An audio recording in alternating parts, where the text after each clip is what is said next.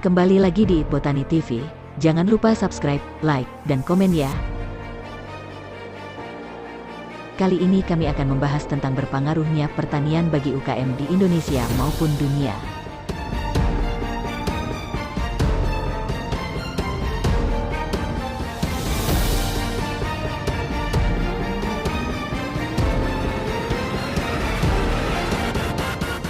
Krisis yang melanda dunia telah mendorong sejumlah pakar ekonomi global meninjau kembali serta mengkaji ulang peranan usaha skala kecil menengah, UKM, bersama pertanian. UKM sudah terbukti menjadi benteng kokoh saat perekonomian negara diterpa krisis. Setidaknya ada dua kesimpulan sebagai penguat hipotesis tentang peranan sektor UKM, yakni pertama, pertumbuhan ekonomi yang sangat cepat, sebagaimana terjadi di Jepang, tak lepas dari kontribusi besar sektor usaha kecil menengah. Kedua, dalam penciptaan lapangan kerja di Amerika Serikat sejak Perang Dunia II, sumbangan UKM ternyata tak bisa diabaikan. D.L.B. Reich, 1979, AS benar-benar telah membuktikan hipotesis tersebut, ketika sektor finansial ambruk diterpa krisis yang melanda negeri adidaya itu pada 2008, pertanian dan UKM tampil sebagai penyelamat. Ini sangat masuk akal karena sektor pertanian tidak berhubungan erat dengan sektor finansial.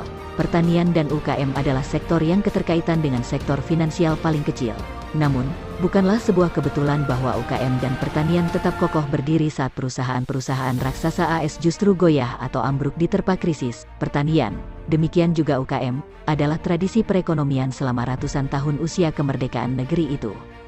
Jauh sebelum sektor industri berkembang, AS sudah mengandalkan sektor pertanian sebagai motor utama pembangunan ekonomi. Jika kini AS adalah kampiun ekonomi dunia, itu tidak lain adalah berkat kemajuan sektor pertanian dan UKM. Fondasi perekonomian negeri itu demikian kuat karena dua sektor ini. Subsidi, proteksi negara. Mengapa pertanian dan UKM begitu maju dan menjadi andalan dalam perputaran roda perekonomian di AS dan negara-negara maju lainnya? Hal itu tak lepas dari keberanian pemerintahan negara-negara tersebut dalam memberikan subsidi dan proteksi.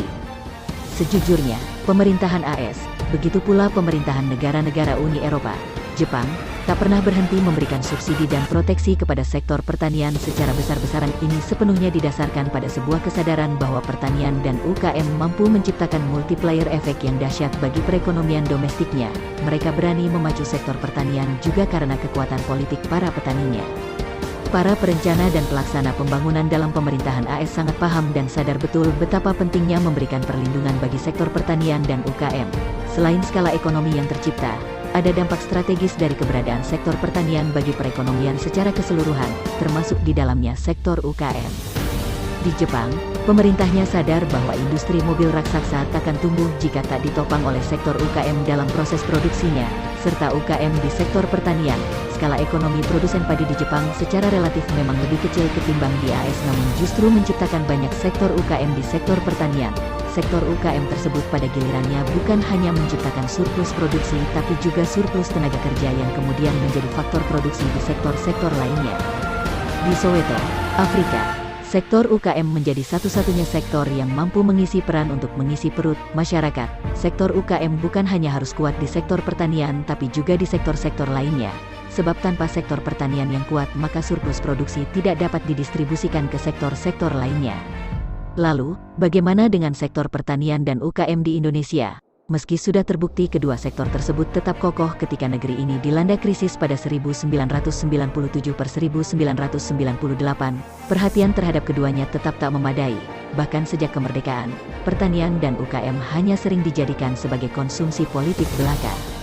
Oleh karena itu, pemerintah perlu membuat kebijakan yang tepat guna mendukung pertanian dan UKM, seperti teknologi, struktur, manajemen, pelatihan, dan pembiayaan. Belajar dari pengalaman negara-negara maju, pemerintah Indonesia tidak perlu segan-segan memberikan proteksi yang sebesar-besarnya bagi sektor pertanian dan UKM.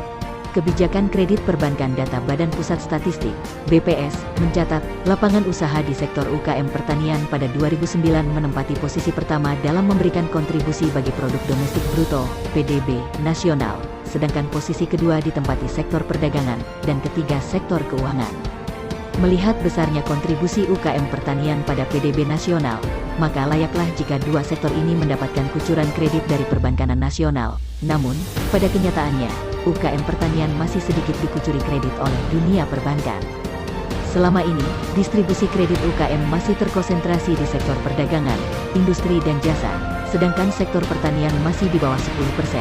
Padahal, populasi pengusaha mikro kecil dan menengah itu mencapai 68% bertumpu pada sektor pertanian, terutama untuk produksi barang pangan yang harus lebih besar mendapatkan dukungan pembiayaan dari perbankan. Selain persoalan distribusi kredit terhadap sektor usaha, kehadiran kredit usaha rakyat, KUR, yang diharapkan bisa menjadi solusi juga terjadi kesenjangan dari sisi sebaran geografis. Penyebaran KUR selama ini hanya terpusat di Jawa serta pusat perekonomian kota, sedangkan porsi luar Jawa masih rendah.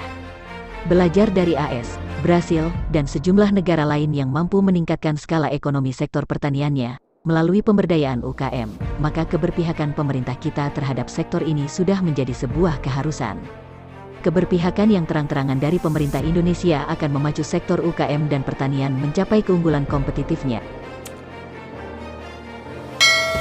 Sekian dari Iqbotani, semoga bermanfaat. Jangan lupa subscribe, like, dan komen.